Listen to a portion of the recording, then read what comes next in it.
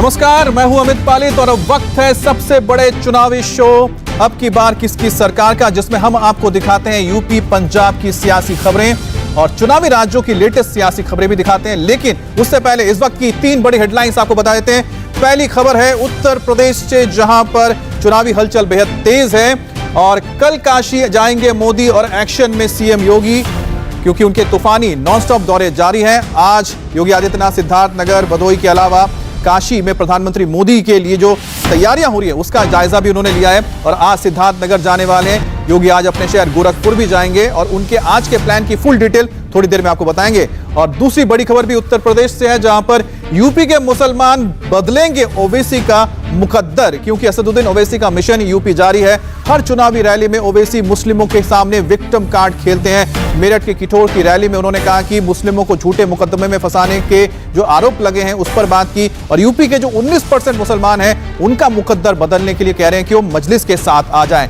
तीसरी बड़ी खबर भी उत्तर प्रदेश से आ रही है, जहां पर बीजेपी नेता का सेल्फ गोल विपक्ष का मौका कैसे बन गया, क्योंकि योगी और मोदी तो विकास कार्यों में लगे हुए हैं। 2022 में यूपी में जीतने के प्लान को अंजाम देने में लगे हैं, लेकिन पार्टी की एक दिग्गज नेता ने ऐसा बयान दे दिया जो पार्टी के लिए सेल्फ गोल और विपक्ष के लिए एक मौका हो गया है। आखिरकार क्या ऐसा बयान दिया इस नेशनल लीडर ने, आपको भी बताएंगे, जिसको लेकर इतना हंगामा मचा है। लेकिन शुरुआत करते हैं आज की बड़ी खबर के साथ। प्रधानमंत्री नरेंद्र मोदी के दौरे से पहले सीएम योगी तूफानी दौरा कर रहे हैं और सीएम योगी आदित्यनाथ आपको बता दें आज 3 जिलों का दौरा करेंगे।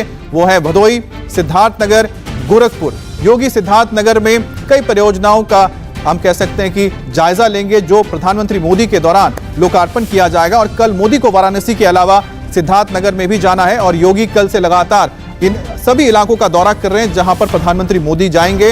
और प्रधानमंत्री मोदी जब वहां पहुंचेंगे तो कई योजनाओं को वो उद्घाटन भी करेंगे और साथ ही जो प्रदेश के लोग हैं उनके लिए समर्पित करेंगे। और सीएम योगी भदोही में डेवलपमेंट प्रोजेक्ट्स का लोकार्पण और शिलान्यास करने के बाद रैली को संबोधित करेंगे और सिद्धार्थनगर जाएंगे, जहां पीएम के दौरे की तैयारियों के जायजा ले रहे हैं। आखिर में ये पहुंचेंगे गोरखपुर और जहां पर विकास परियोजनाओं का शिलान्यास और उद्घाटन है। तो कुल मिलाकर विकास की ये यात्रा है और जो विकास की यात्रा, इसी को लेकर दोनों नेता, चाहे योगी हो मोदी हो, आगे बढ़ रहे हैं। योगी का फोकस विकास और सुशासन पर रहा है, ऐसे में वो लगातार डेवलपमेंट प्रोजेक्ट्स का उद्घाटन और शिलान्यास कर रहे हैं। और आज भी भदोही में 373 करोड़ के प्रोजेक्ट्स की वो एक तरह से हम कह सकते हैं कि शिलान्यास और लोकार्पण दोनों ही करने वाले हैं, जबकि अपने गृह नगर गोरखपुर में वो 142 करोड़ के 14 प्रोजेक्ट्स का शुभारंभ करेंगे। यानी कि ये आज बतौर सौगात दी जा रही है उनके इलाके के लोगों को, यानी गोरखपुर के लोगों को। सीएम योगी अपनी रैलियों में विपक्षी पार्टियों पर जोरदार हमले भी कर रहे हैं और उनके निशाने पर है समाजवादी पार्टी। और योगी ने समाजवादी पार्टी को रामद्रोही कहा है। 2012 से 2017 तक नौकरियों के नाम पर वसूली करने, आस्था पर प्रहार करने का आरोप लगाया है। 4.5 वर्ष में 4.5 लाख से अधिक लोगों को हम सरकारी नौकरी दे चुके हैं। मैंने कहा इससे पहले तो उन्होंने मुझे बताया कि 2004 से 2017 के बीच, यानी पहले 14 वर्ष में इतनी नौकरी नहीं मिल पाई थी। और जो नौकरी सरकारी आती भी थी तो कहीं भाई, कहीं भतीजा, कहीं चाचा, कहीं मामा, ये सब वसूली में लग जाते थे। योग्य व्यक्ति को नौकरी नहीं मिल पाती थी। जो देश का हितैषी होगा वही प्रदेश का हितैषी होगा।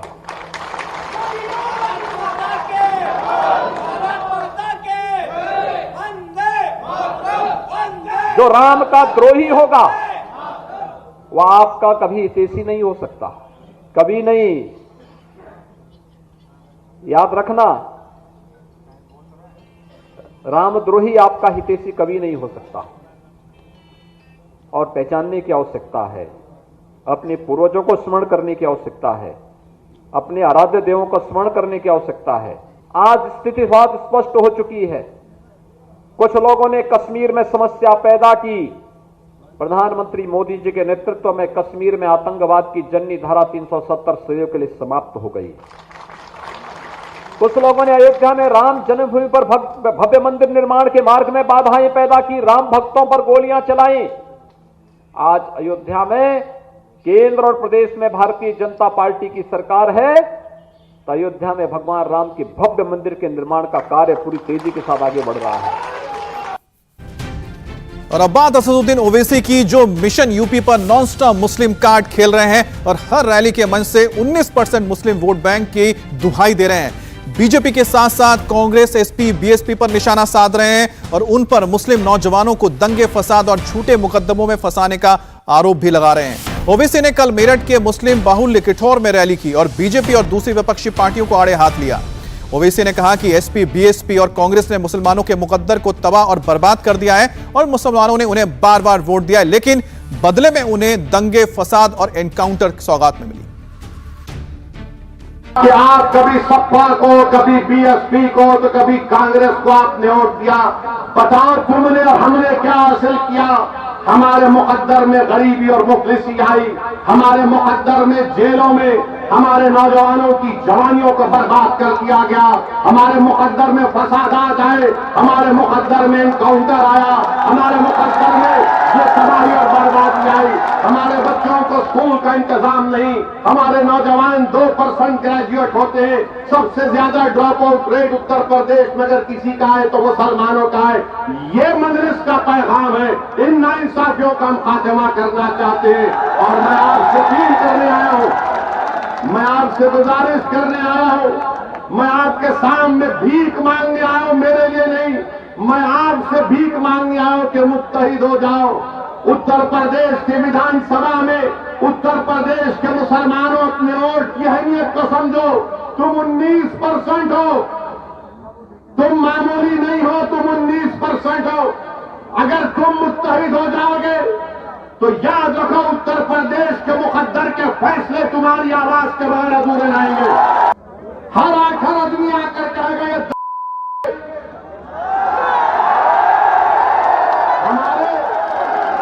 हमारे जाने के बाद ये आकर आपके कान में खुसफुस करेंगे, अरे ये जिंदगी मौत का इलेक्शन है। ये सब आकर कहेंगे जिंदगी मौत का इलेक्शन है। ये ओवैसी भड़काऊ भाषण देता है, ये ओवैसी जज्बाती बात करता है, नौजवान उसकी बात को ढांक देते हैं। ओवैसी भड़काऊ भाषण नहीं देता, ओवैसी ना जज्बाती भाषण देता है, ओवैसी सच को बयान करता है। अल्लाह जानता है इस बात को, मैं सच को बयान कर रहा हूं। और माफिया डॉन और बाहुबली नेता अतीक अहमद जेल में बंद है, उस पर कई मुकदमे दर्ज है, लेकिन ओवैसी को 19% मुसलमानों का वोट चाहिए। ऐसे में वो अतीक की शान में कसीदे पढ़ते नहीं थकते हैं। किठौर की रैली में भी ओवैसी ने अतीक को रहनुमा बताने और बनाने में कोई कसर नहीं छोड़ी। पाकिस्तान का नाम लेकर हमको गाली, मगर जब क्रिकेट खेलने की बात आ रही है तो दोनों क्रिकेट खेलेंगे। मैं मोदी जी से पूछना चाह रहा हूं, मैं आरएसएस के मोहन भगवत से पूछना चाह रहा हूं, मोदी जी, भगवत जी, ये आपके देश से प्रेम है क्या? मोदी और मोहन भगवत वो जो देश के सिपाही मारे गए, उनके परिवार से कहेंगे आप कि T20 का क्रिकेट मैच देखो। मरने वालों को आप कहेंगे कि देखो भारत और पाकिस्तान का क्रिकेट मैच हो रहा है। जिसके घर में अपने बेटे की लाश आई होगी उसको मालूम होगा। हमारा असलम ये आईटीबीपी ने 27 साल काम किया, जिसने लद्दाख पर काम किया, भारत की सीमाओं की हिफाजत करा। इससे पूछो आप कि सीमाओं पर ठहरना कितना मुश्किल होता है और हम क्रिकेट मैच खेल रहे हैं। वाह मोदी जी, वाह मोहन भगवत जी, ये आपका नेशनलिज्म अभी तक हमको समझ में नहीं आया। ये कौन सी मोहब्बत है? अतीक साहब ने कभी भी अपने लिए कोई बात नहीं की। अतीक साहब ने जेल में बैठकर हम तमाम को पैगाम दिया कि वक्त आ चुका है कि उत्तर प्रदेश के मुसलमानों को अपनी एक सियासी क़यादत को बनाना बेहद जरूरी है। आज वक्त आ चुका है कि आप अपनी सियासी ताकत का मुजाहरा करें। आज वक्त आ चुका है कि आप अपने वोट की अहमियत को और उसकी ताकत को समझें। मेरे कयूर नौजवानों, किठौर के मेरे बुजुर्गों, मेरी इज्जतदार माँ और बहनों, असदुद्दीन ओवैसी उत्तर प्रदेश को और किठौर को इसलिए नहीं आया है कि मैं लफाजी कर अपनी मकबूलियत में इजाफा कर लूं। मैं यहां पर इसलिए नहीं आया हूं कि मैं अपनी और शोहरत में इजाफा कर लूं।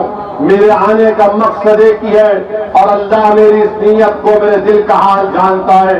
हमारे आने का मकसद एक ही है कि किठौर में मुसलमानों की एक सियासी लीडरशिप बने, किठौर में मुसलमानों की क़ियादत बने। तो ओवैसी ने जिस तरह से केंद्र सरकार पर निशाना साधा, उसी तरह से कांग्रेस और समाजवादी पार्टी को भी बख्शा नहीं। ओवैसी ने कहा कि मजलिस को वोट कटवा कहा जाता है, लेकिन उसके जवाब में उन्होंने क्या कहा, आप भी सुनिए।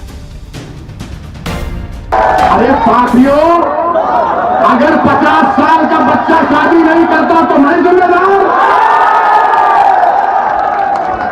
कल भैंस और गाय दूध नहीं देगी तो मैं जिम्मेदार। सुबह में मुर्गी तहज्जुद में बाल नहीं देगी तो मैं जिम्मेदार। अरे तुम्हारी कमजोरियों, तुम्हारे झूठ, तुम्हारी मक्कारी तुमको इंशाअल्लाह एक दिन तबाह बर्बाद कर देगी।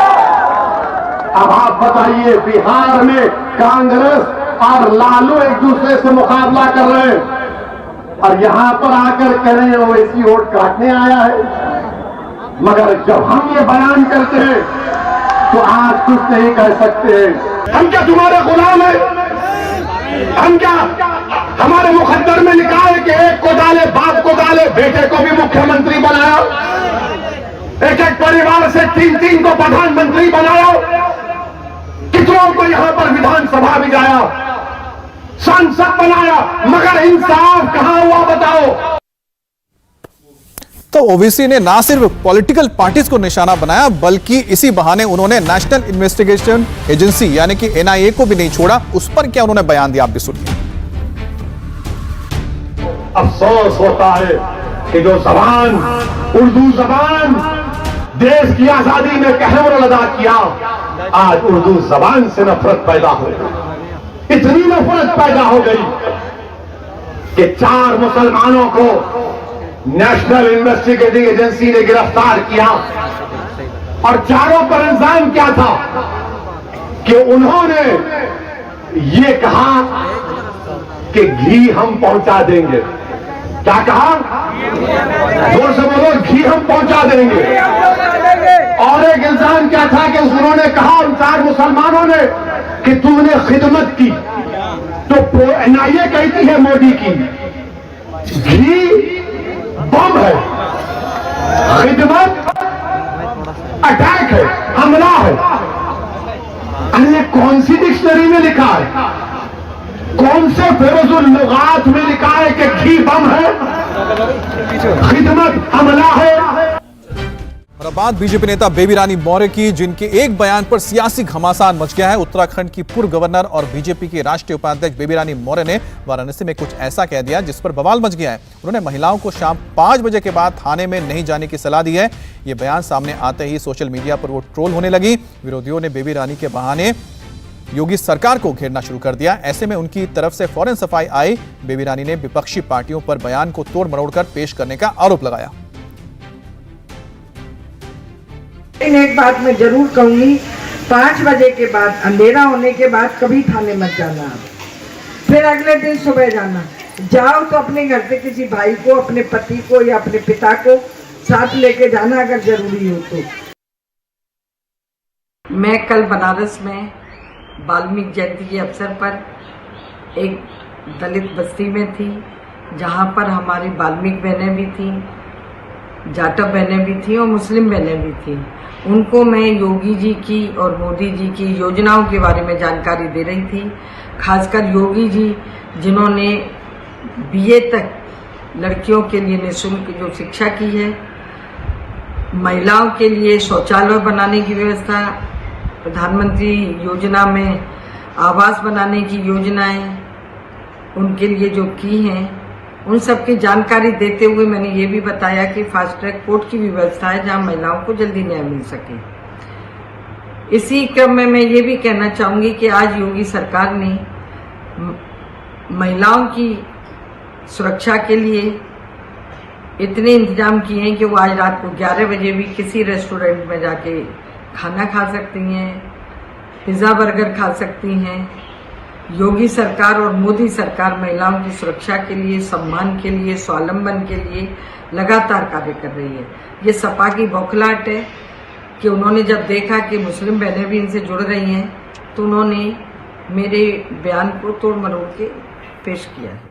इंडिया टीवी हर वक्त हर जगह डाउनलोड करने के लिए सर्च करें India TV news Google play store या ऐप स्टोर पर।